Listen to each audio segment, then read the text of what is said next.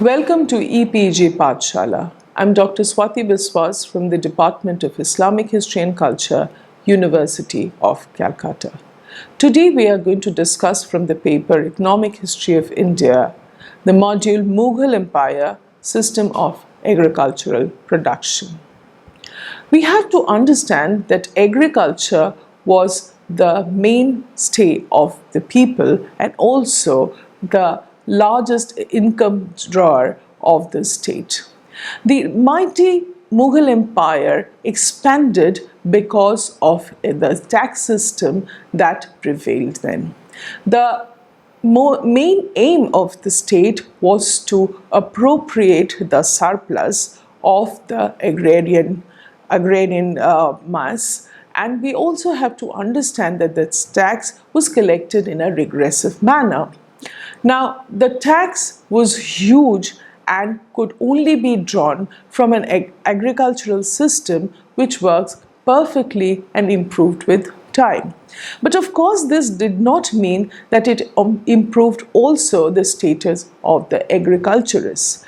This mode of agriculture improved people who collected the tax was organized, but necessarily the status of the agriculturists did not perhaps improve. At least the sources does not confirm it. Now, in this module, our objective would be to see the general condition of agriculture that prevailed, the components of agriculture, that is the seeds, fertilizers, irrigations and the new crops, how that evolved, the development of horticulture and sericulture during this period, the yield of agriculture and peasant mobility, and the reason for dislocation of agriculture, if any.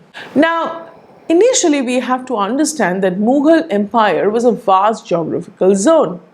Peasants cultivated their own land like anyone else in the contemporary world or contemporary Europe.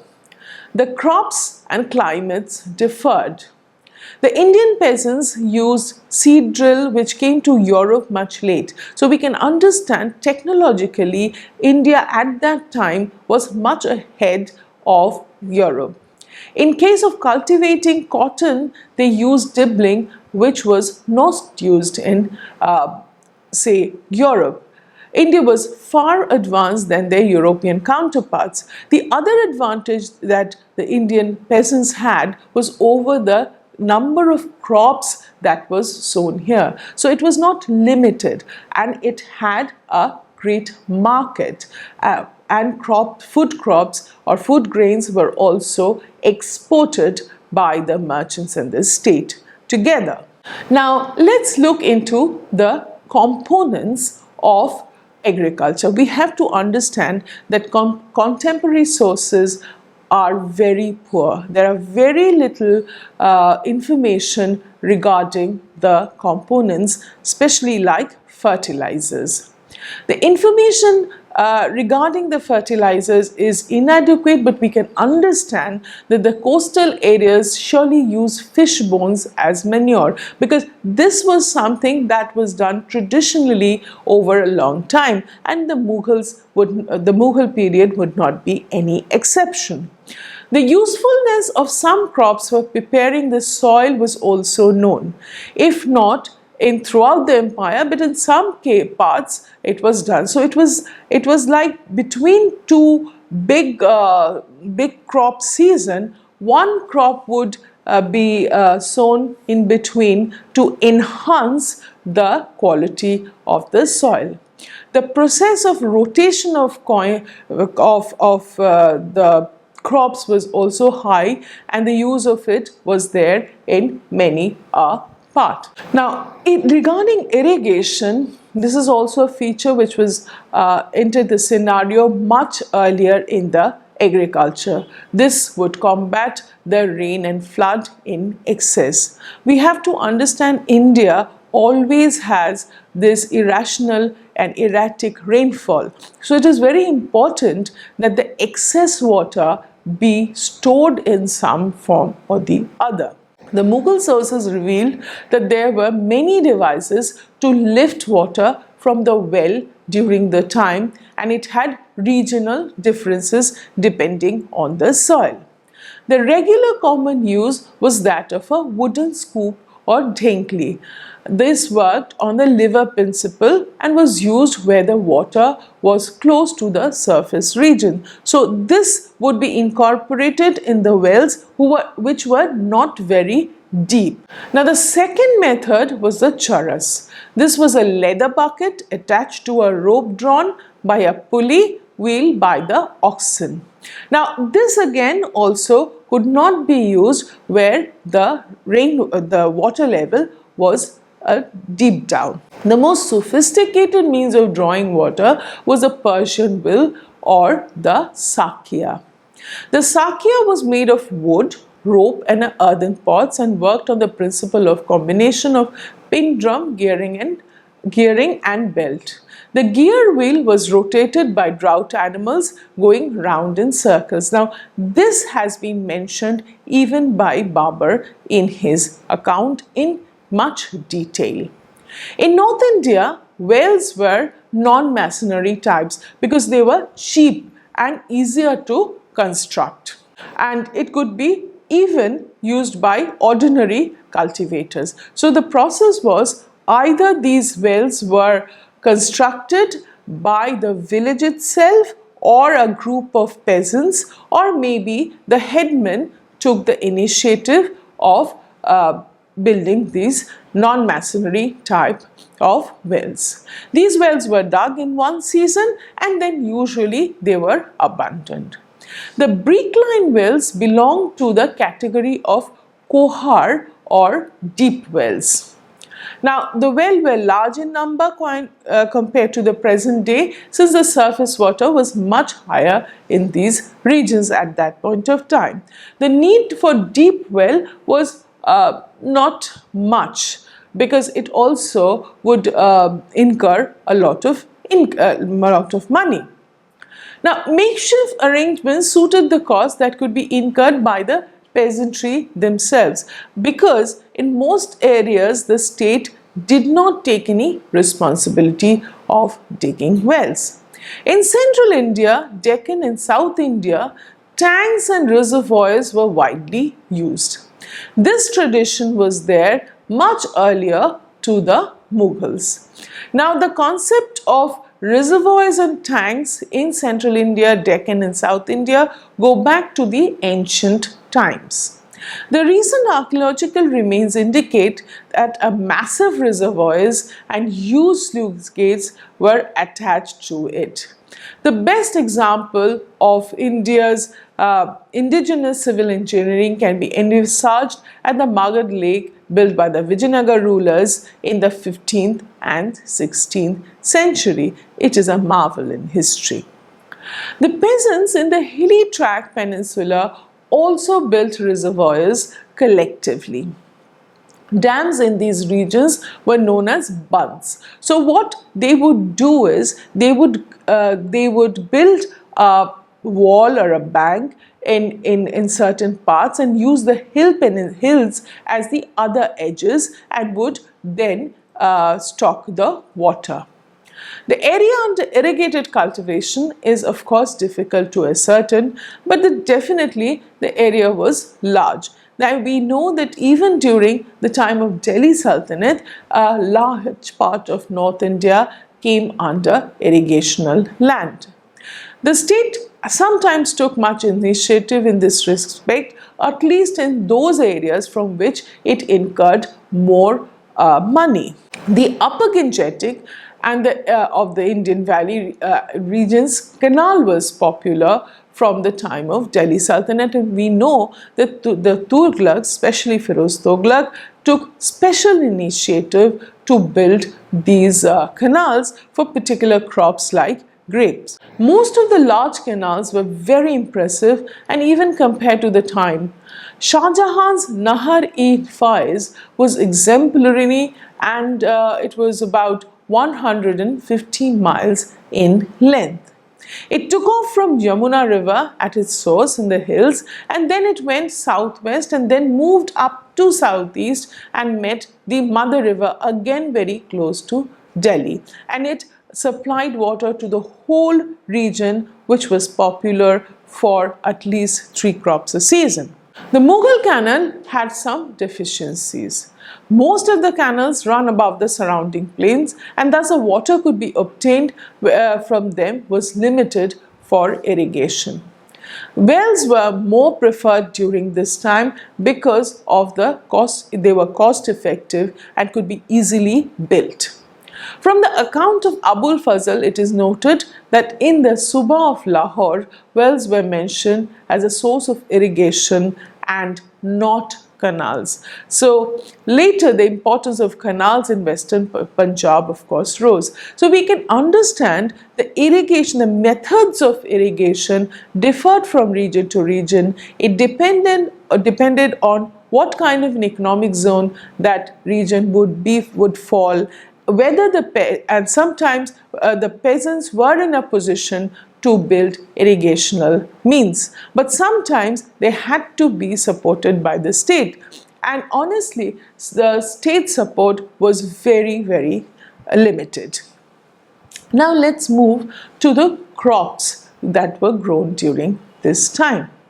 The essential feature of the agriculture during Mughal period was a huge amount of food and non-food crops that were grown by the peasants. We have to understand that the tax system was very high, and therefore the peasants had to give a lot to grow crops to meet this tax system. Aini Akbari gives a list of 16 types of rabi or spring crops that were grown in Suba Agra, and the state fetched revenue from all 16. He also mentioned 3 other crops which did not grow in this region. Now he also gives a list of about 25 autumn or kharif crops. He mentions 2 which were not grown in this area also. And estimates show that almost 41 types of crop grew in the region in 1 year alone. So the variety of the crops was an essential feature of this agricultural pattern. Abul Fazl, in his Aini Akbari, noted that in Suba Delhi 17 rabi crops and 26 kharif crops grew. Now all these informations were also used by the British during compiling their own report. Some of the crops of course grew in very small area, and the number of crops raised by an average peasant must have been very less, because we have to understand the holdings by smaller peasants were really very small. Even then, a khasra or revenue record in 1796 in the region of eastern Rajasthan revealed that during Kharif season, 9 out of 38 cultivators grew more than 5 crops on their land, while 11 of them cultivated 2 or 4 crops. So in a contemporary world, this is really very impressive. This of course did not include all the crops that was needed. Another feature of this agriculture was the introduction of sericulture. Sericulture improved a lot during this period. Sericulture was a revolutionary introduction in areas like Bengal. It was unknown in the 15th century. By 17th century, Bengal was one of the largest producers of silk in Asia, and it fetched a lot of money from outside. It was one of the important export goods of India. And Bengal silk was imported by remote places of Russia, Europe, and even most parts of Asia, of course. The quality of silk in this region was also noteworthy. This was not the rough silk that was found earlier. These are called the pure fine silks of Bengal. Now, during this time, during Mughal period, new crops were introduced in this land. New crops not only added the variety to the existing crop, but also fetched a lot of money. In the 17th century saw the introduction and expansion of two major crops like tobacco and maize, which came from the New World. The cultivation of tobacco in the subcontinent was remarkable. It was introduced in the western coast in 1600, but by 1650 it was cultivated in whole of Mughal India, and we know that in the 17th and 18th century consuming tobacco became a craze. Maize, it is believed to be confined in the region of Maharashtra and became popular in the rest of India shortly before the beginning of the 19th century. Though in eastern Rajasthan, maize was grown as a common crop. Jute was relatively less grown, but sun hemp was more in use and provided the needed fiber. Jute, of course, became popular in the early 19th century, and it was a crop that was much insisted by the British colonizers. In the 18th century, chili was introduced. Now, the introduction of chili as a crop, as an item, as a food item, revolutionized the Indian kitchen. This was an item for the first time which introduced in a common man's house, spiced the food. The quality of the food changed from this time. Chili, different types of chilies were grown which are long chilies and round chilies, which were used by the rich. The production of it was less. The other common chilies, of course, had a huge market in India. In southern Maharashtra, coffee was introduced, but definitely tea was unknown in the Mughal world and came from China through the British. Potatoes and sweet potato was also later an addition and not very popular during the Mughals, of course. Now, another aspect of agriculture was horticulture. Now, horticulture also witnessed a change during this period.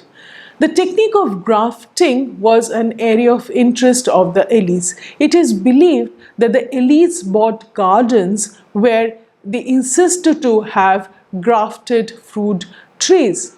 Now, grafting, we have to understand, involved a lot of money, a lot of patience, and quality soil. But that the elites had the capacity, or rather they reused the surplus that they were taking from the common man. The process of grafting was very much used for the growth of citrus fruits. This process led to the growth of cherry in Kashmir later. 3 new fruits were introduced to the subcontinent from the New World, namely pineapple, papaya, and cashew nuts. Even it is believed that guava came to this land in the hands of the peasants through the New World. Now, let's discuss who were the participants of this participants in this agricultural process. Now, another interesting feature of this agriculture was peasant mobility. Interestingly, in the medieval world, mobility of the peasants was a common feature. As the crops were rain-fed in India, the peasants could settle anywhere they could. And land was, we have to understand, also available during this time. The shortage of land did not appear at this point of time. This mobility was possible since even during Mughal period, we can understand that virgin land beyond the Doab or in the remote areas of India was available. And it is believed that the system encouraged this mobility because the peasants always were looking for more and more land that they could use for agriculture. Now, At least this is true for 16th and 17th century. The crisis of the land that we have seen during the British period actually starts from the high 18th century. The term Pahikasht indicates those peasants who cultivated in the land which was not their own. But then this term Pahikasht has an ambiguity, whether these people were wage laborers or whether they only cultivated in the land that they cleared or they cultivated in the land of the others on some kind of a contract is not known, but of course they were peasants who were mobile. Now let's look into the agricultural production. It is important to discuss the yield of the crops. We have to understand the information regarding the yield of the crop is very limited. Abul Fazl to some extent gives us an idea about the yield of crop, and of course there was a concept of good, bad and middling lands as worked out in Sher Shah's account in 1540-45, which was later used by Abul Fazl to indicate the kind of yield that the crops had. A comparison of the dasturs, that in cash revenue rates of late 16th century with that of 19th century indicates this sugarcane in the area of western Uttar Pradesh shows that relative to wheat, the value of the output of sugarcane remained the same and fell by more than a quarter in the third. So these fluctuations were always there. In the same way, the value of the output of cotton and indigo in all likelihood declined during this period. It is certain that the yield of food grains remained same for 2 centuries. The yield of sugarcane definitely rose and that of indigo remained almost the same. Now, these are all indicated in the records that we can collect from this time. Of course, there is no other way to verify these records. The range of cotton is not known. There has not been much change, though it may seem that during the Mughal period only the best land was put under cultivation, but surely that was not the trend in the 19th century. So therefore in the 19th century any land could be grabbed for cash crop production. The productivity per head was definitely higher compared if you compared between 16th century, 19th century or even for that matter early 20th century. The availability of land was greater during Mughal period, so therefore the per capita yield would be more. By the time it was 1900, the land holding reached optimum level. Though it can be assumed that the larger average holding would require a greater number of cattle. The large number of cattle would then reflect larger quantity of milk products. So these are the inferences that one can draw from the reports, or rather the informations that from the contemporary accounts. The caste divided society of India did not allow large holdings to lower caste people, and there was a huge difference in the size of the land holdings within the same village.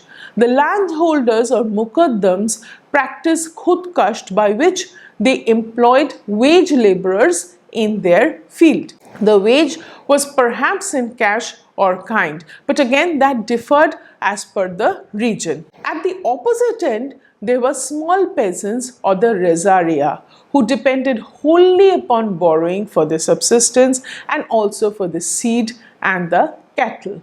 They also have to be considered as part of the peasantry. The difference in the pattern of landholding surely had implications for the cultivation of different crops. The cash crop like cotton, sugarcane, indigo, betel leaf and opium involved frequent ploughing and watering.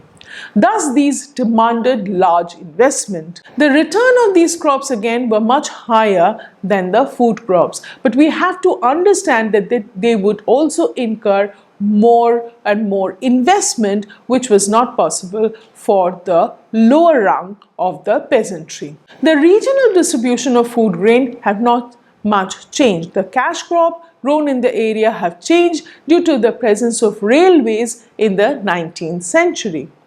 The contemporary accounts suggest that India produced huge amount of indigo and silk during the Mughal period.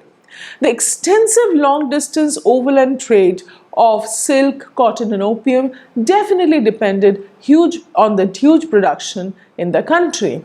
The size of agricultural production and the impressive per capita income does not mean that agricultural activity run very smoothly, and it, of course, as we have discussed, was very, very region-based. The natural and man-made disruptions were serious interruptions, and the violent setbacks of the agricultural world was a very, very common feature. Now, why did the concept of dislocation of agriculture happen? One is the untimely rain that has been a matter of concern in the agrarian life. The policy of the empires, even of the Delhi Sultanate and the Mughals, did not have a very, very smooth, clear agricultural policy where the state would intervene in any kind of natural calamity. They only intervened when their income shrunk.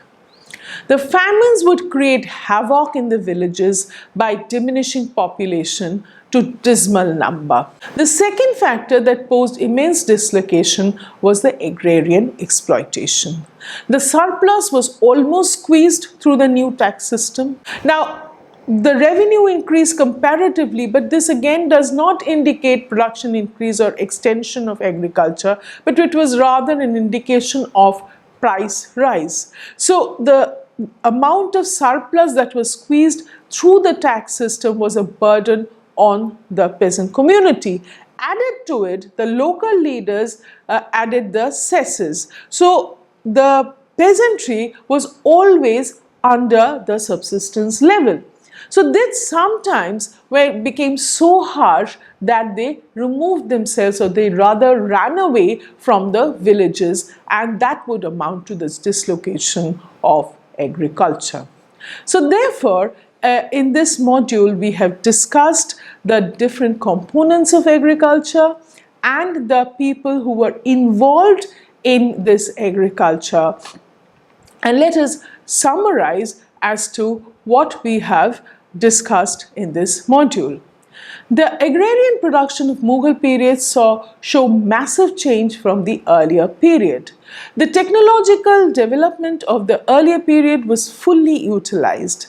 The massive structure of the empire gave impetus to the growth of the agrarian production. The new crops and changed revenue system was a massive change, of course.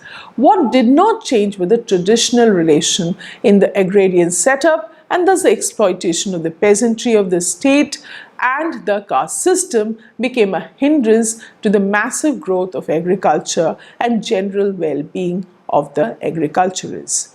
Thank you for your patience listening, and you can go back to the e-text for further references. Thank you.